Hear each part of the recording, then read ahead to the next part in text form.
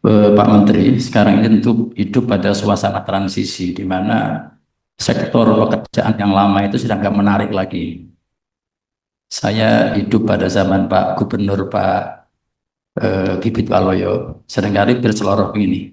Anak sekarang itu kalau disuruh macul, nggak bisa, nggak tahu lagi caranya, gimana cara macul gitu. Walaupun lahannya banyak, akhirnya lahannya dijual, dibelikan motor untuk ngecek gitu. Dan tentu itu satu kemunduran yang luar biasa. Nah, oleh karena itu, Pak Menteri, saya kira perlu berpikir keras menjawab persoalan ini. Fakta yang juga kami jumpai di dapil saya, dapil Jawa Tengah 1, Semarang dan sekitarnya, itu ada kerontokan industri manufaktur yang luar biasa, utamanya garmen. Pada masa kita SMA, itu menjadi pegawai atau buruh pabrik garmen lebih diminati ketimbang SN atau PNS istilah zaman dulu. Tapi sekarang tinggal cerita yang namanya Matek dari Salatiga, kemudian tek-tek yang lain, terakhir Sritek di Solo sudah jebol semuanya gitu. Dan tentu implikasinya luar biasa. Pak Wamen pernah juga kan, Pak Menteri juga pernah mengunjungi situ.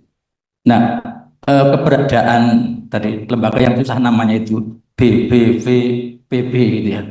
Ya kemarin saya begitu dipindah tugaskan di 9 itu hari Kamis lalu saya datang ke sana. Itu potensi luar biasa. Dari sisi luas wilayahnya itu susah mencari tempat hampir 10 hektar di tengah kota Semarang itu. Itu barang yang langka. Kalau saya berseloroh itu kalau nggak zaman Pak Harto nggak bisa gitu. Bisa punya tanah seluas itu gitu. Nah mohon Pak Menteri optimalisasi hal-hal seperti itu perlu ditingkatkan. Juga mungkin balai-balai yang lainnya dengan modifikasi yang lebih beragam gitu ya. Artinya seperti tadi eh, merasuk kopi itu istilahnya apa itu? Nah, barista itu saya kira perlu tidak hanya di kota Semarang, perlu dipikirkan bagaimana balai itu juga punya jaring di kabupaten kota, karena itu tentu jauh lebih menarik dibanding dengan tadi saya katakan bekerja di sektor konvensional yang sudah lama nggak diminati tadi, atau juga jenis yang lain.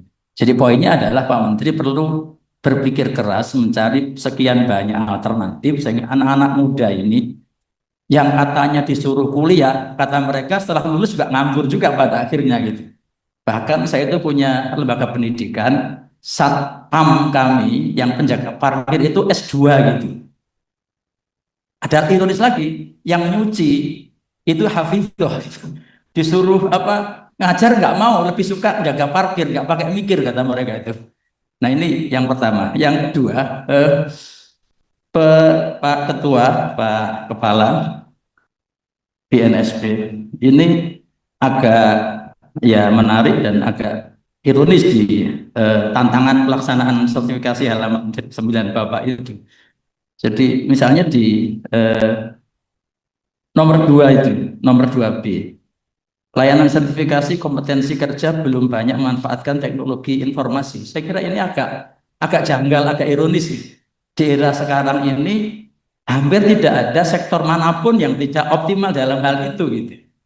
Kalau dulu orang usaha itu selalu berpikir apa tempat, harga, 4P itu ya, price, place, promotion dan lain sebagainya. Tapi sekarang ini kan nggak sama sekali.